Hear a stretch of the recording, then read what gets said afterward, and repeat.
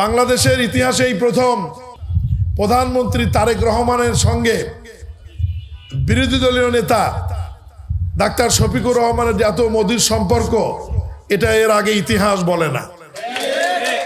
প্রধানমন্ত্রী শুধু 15 নম্বর আসনের না, 17 নম্বর আসনেরও না, তিনি 300 আসনের প্রধানমন্ত্রী। সেই হিসাবে সারা দেশের দিকেই তাকে নজর দিতে হয়, দায়িত্ব পালন করতে হয়। তারপরেও তিনি আমাদেরকে ভুলেন নাই, তিনি স্মরণে রেখেছেন, আমরা তার কাছে কৃতজ্ঞ। বাজেট অধিবেশনে এসে আমি বললাম যে আমি তো জনগণকে জানিয়ে দিয়েছি যে এই আসনের দায়িত্ব আপনি নিয়েছেন, এখন থেকে আমি ভারমুক্ত, আসনের দায়িত্ব আপনার। আলহামদুলিল্লাহ, এটা তিনি কবুল করেছেন, বলেন আলহামদুলিল্লাহ। এরপরে সাথে সাথেই তিনি স্থানীয় সরকার, পল্লী উন্নয়ন এবং সমবায় মন্ত্রণালয়ের যিনি প্রতিমন্ত্রী জনাব মীর শাহ আলম, উনাকে দায়িত্ব দিয়েছেন যত তাড়াতাড়ি সম্ভব একসাথে বসে এই বিষয়গুলোকে কিভাবে সমাধান করা যায়, সামনের দিকে এগিয়ে নেওয়া যায়, তার জন্য উনি দায়িত্ব দিয়েছেন। গত পরশুদিনই আমাদের একসাথে কথা হয়েছে এবং আজকে সেই হিসাবে আসা। এলাকার অনেক সমস্যা আছে, আপনাদের কথা শোনা আমাদের দায়িত্ব, বাট আমরা সকাল থেকে এই কাজ শুরু করেছি। এটা আমাদের 4র্থ স্পট। এর আগে 3টা স্পট আমরা কভার করে এসেছি। কিছু পচা মজা নালা নর্দমা এবং খাল আমরা দেখে এসেছি। রাস্তাঘাটের ভঙ্গুর দশা, রাস্তার মাঝখানে লাইট পোস্ট, ড্রেন অব্যবস্থাপনা, সবচেয়ে বড় হাক আর 2টা জায়গায়, একটা পানি, দ্বিতীয়টাও পানি, তৃতীয়টাও পানি। প্রথমটা পানি আমরা খাবার পানি বা ব্যবহারের পানি পাচ্ছি না। দ্বিতীয়টা পানি অল্প বৃষ্টি হলে এই রাস্তার উপরে হাঁটু পানি জমে যায়। আর তৃতীয়টা পানি মানে হচ্ছে যেটুকু পানি পাই, কিছু কিছু পানিতে চরম দুর্গন্ধ, এটা ব্যবহার করার মতো না। তো পানির 3 মহা সমস্যা, এর সাথে হইলো গ্যাসের সমস্যা। কোনো কোনো এলাকায় অপর্যাপ্ত গ্যাস, আবার কারো কারো অভিযোগ যে সারাদিনই ওনারা কোনো গ্যাস পান না।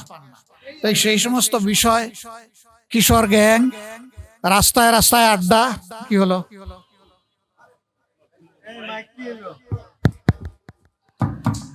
কিশোর গ্যাং, রাস্তায় আড্ডা, স্কুলের সামনে আড্ডা, এতে মাদের বুক দুর্বরু করে। সন্তানদেরকে যখন স্কুলে পাঠান তখন তারা আতঙ্কের মধ্যে থাকেন, তার কলিজার টুকরার কোনো ক্ষতি হয়ে যায় কিনা। অসুবিধা নাই, উনাকে বসতে দেন, মুরব্বী মানুষ। এই সমস্যাগুলো আমাদের আছে। এই সব সমস্যা আমরা কম্পাইল করে দিয়েছি।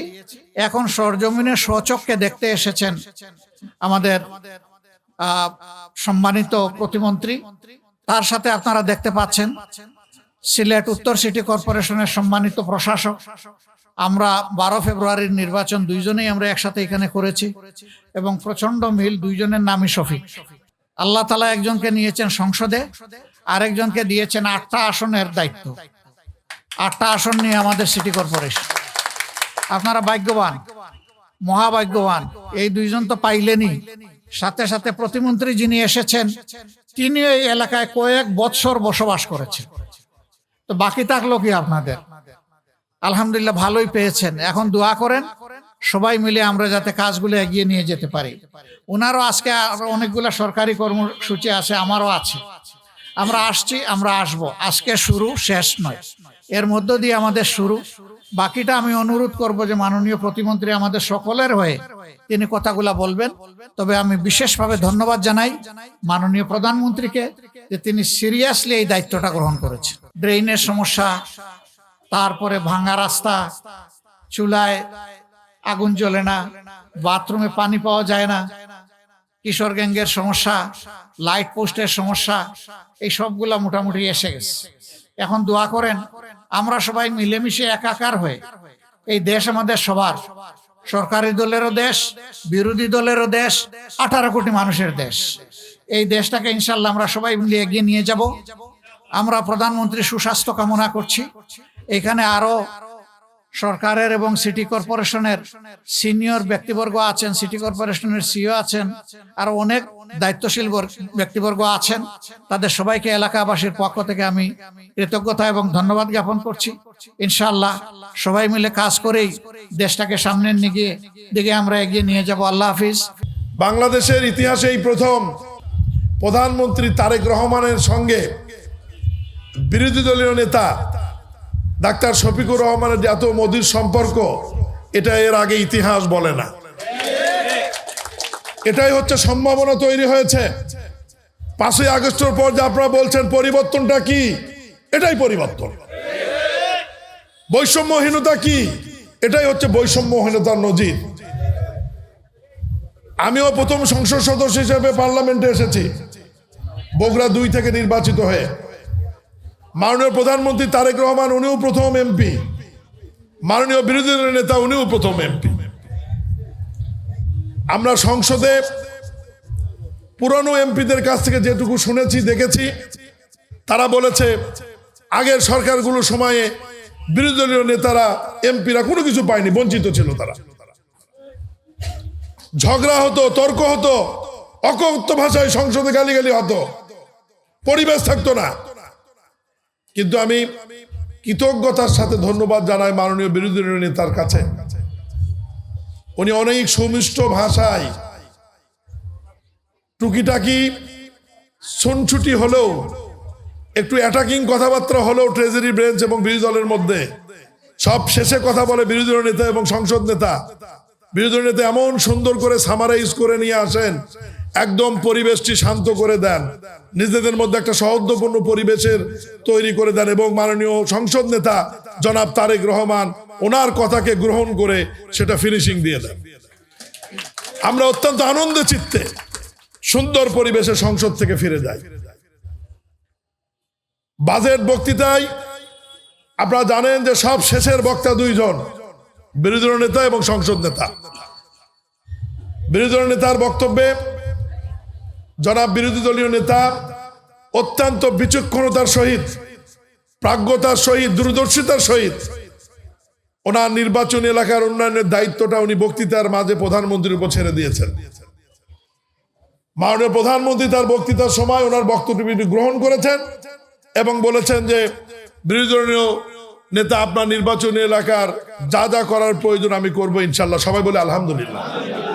এবং পরশুদিনই মাননীয় প্রধানমন্ত্রী আমাকে ডেকে আলাদাভাবে অনুশাসন জারি করেছেন, যে আমাকে টিম লিডার করে দিয়েছেন, যে ওই নির্বাচনী এলাকার উন্নয়নের সাথে কারা কারা জড়িত, সিটি কর্পোরেশন, ওয়াসা, তিতাস, বিদ্যুৎ, সবাই আন্তঃমন্ত্রণালয়ের মিটিং করে ওনাকে সাথে নিয়ে গিয়ে ঘুরে দেখে উন্নয়ন কাজগুলো শুরু করার জন্য। আমাদেরকে একটু সময় দিতে হবে। বিগত 18 বছরের অবস্থা আপনারা জানেন, বিরোধী দলীয় নেতাও জানেন, আমরা সবাই জানি। উনি তার বক্তৃতায় সুন্দরভাবে বলছেন দেশটা আমাদের সবার। ওনাকে আপনারা ভোট দিয়ে নির্বাচিত করেছেন। এই নৈতিক দায়িত্ব থেকে, এই দায়বদ্ধতা থেকে উনি আপনাদের জন্য পার্লামেন্টে কথা বলেছেন, প্রধানমন্ত্রীকে দায়িত্ব দিয়েছেন, এবং সেই দায়িত্ববোধ থেকেই আজকে ওনাকে সাথে নিয়ে আমরা এসেছি। আমরা আজকে সব জায়গায় ঘুরতে পারিনি, মোটামুটি আমরা ঘুরেছি, সমস্যাগুলি চিহ্নিত করেছি। আমরা আবার ওনার কার্যালয়ে বসবো, বসে আমরা অগ্রাধিকার ভিত্তিতে আমাদের এই কাজগুলো আমরা শুরু করতে চাই। এবং ওনার সঙ্গে যিনি প্রতিদ্বন্দ্বিতা করে ভোট করেছেন, বিএনপির প্রার্থী, উনিও এখন সিটি কর্পোরেশন প্রশাসক। আমি এক সময় এলাকায় সরকার বাড়ির মোড়ে দীর্ঘদিন বসবাস করেছি, আমিও এলাকার সন্তান। সব মিলিয়ে এলাকার মানুষের ভাগ্য যে খুব একটা খারাপ আমি বলবো না, সবাই বলে আলহামদুলিল্লাহ। আমরা 3 জন মিলে যদি কাজ করি, যেহেতু মাননীয় প্রধানমন্ত্রীর অনুশাসন রয়েছে, সব নির্বাচনী এলাকায় কাজ হবে। স্বাভাবিক কারণে প্রধানমন্ত্রী এবং বিরোধী নেতার এলাকায় কাজ তো একটু বেশি হবে, কারণ মহান আল্লাহ তো ওনাদেরকে সম্মানিত করেছেন। তা আমরা একটু সম্মানিত করলে দোষ কি? এই জন্য কাজ হবে। আপনারা ধৈর্য ধরেন, আমাদেরকে সহায়তা করেন। আগামী দিনে আজকে বিরোধী দলের নেতারও প্রোগ্রাম আছে, আমারও আছে, আগামী দিনে আবার দেখা হবে ইনশাআল্লাহ। আপনাদেরকে সবাইকে নিয়েই এই এলাকার গ্যাসের সমস্যা, পানির সমস্যা, বিদ্যুতের সমস্যা আমরা পর্যায়ক্রমে সমাধান করব। আমি আরেকবার সম্মানিত শ্রদ্ধেয় বিরোধী দলীয় নেতাকে ধন্যবাদ জানাবো। যে উনি আমাদেরকে সময় দিয়েছেন এবং আমাদেরকে নিয়ে ওনার এলাকার মানুষকে নিয়ে সমস্যাগুলো আমাদের কাছে উপস্থাপন করেছেন।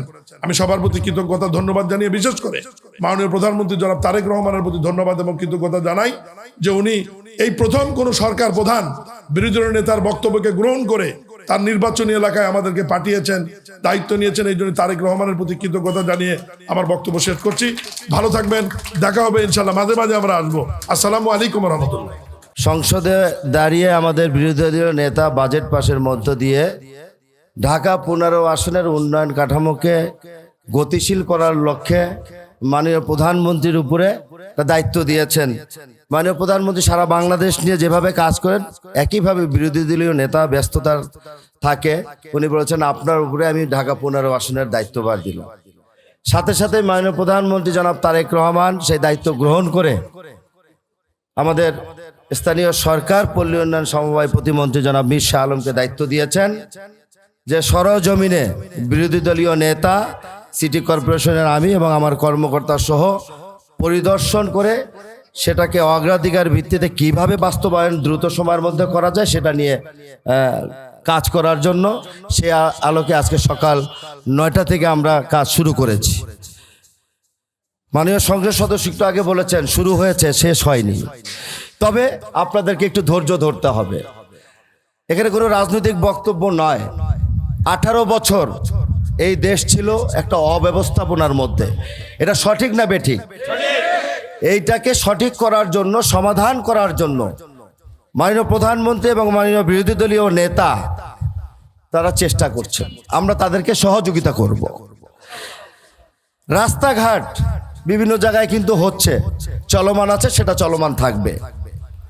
অগ্রাধিকার ভিত্তিতে সবচেয়ে বেশি যেটা প্রয়োজন, আমি নির্বাচনের আগেও গিয়েছি বিভিন্ন জায়গায়, একইভাবে মাননীয় বিরোধী দলীয় নেতাও বিভিন্ন জায়গায় নির্বাচনের সময় মত বিনিময়ে সভা করছে, একই চিত্র। পানি নেই, গ্যাস নেই। এই 15 আসন অন্যান্য আসনের চেয়ে একটু জনগণের যে অধিকারটুকু সেখান থেকে আমার প্রিয় এলাকাবাসীরা অনেকটা বঞ্চিত, এটা সত্যি কথা। সেই কারণে আজকের এই মহান উদ্যোগ, আপনারা আমাদেরকে উন্নয়ন কর্মকাণ্ড করার সময় একটু সহযোগিতা করবেন এবং আমি আশা করব আপনারা একটু সচেতন হবেন।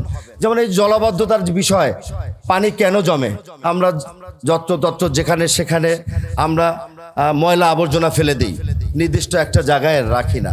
বৃষ্টির পানির সাথে সাথে পলিথিন সব নালার মধ্যে জাম হয়ে যায়, যেই কারণে পানিটা পাস হতে পারে না, পানিটা অপসারণ হয় না, এর জন্য জলাবদ্ধতা হয়।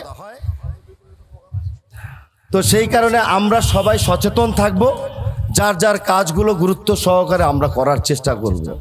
সামনে একটা কথা বলি, ডেঙ্গুর বিষয়টা গুরুত্বপূর্ণ। ডেঙ্গু কিন্তু সিটি কর্পোরেশনের যেমন মশক ওষুধের মাধ্যমে নিয়ন্ত্রণ করা, এবং তার চেয়ে সবচেয়ে বেশি নিয়ন্ত্রণ করতে হবে যার যার ঘর পরিষ্কারের মধ্য দিয়ে। কোনো পানি জমা থাকা যাবে না।